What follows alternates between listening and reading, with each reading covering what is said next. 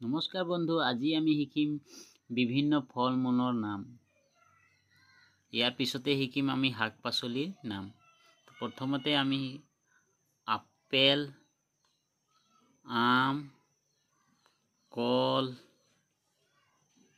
আঙ্গুৰ, কমলা, তৰমুজ, মাটি কঁঠাল, অমিতা, নাচপতি,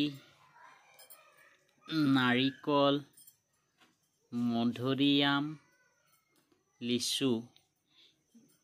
ইয়াৰ পিছতে শিকিম আমি শাক পাচলিৰ নাম। বিভিন্ন শাক পাচলিৰ নাম: বিলাহী, আলু, গাজৰ,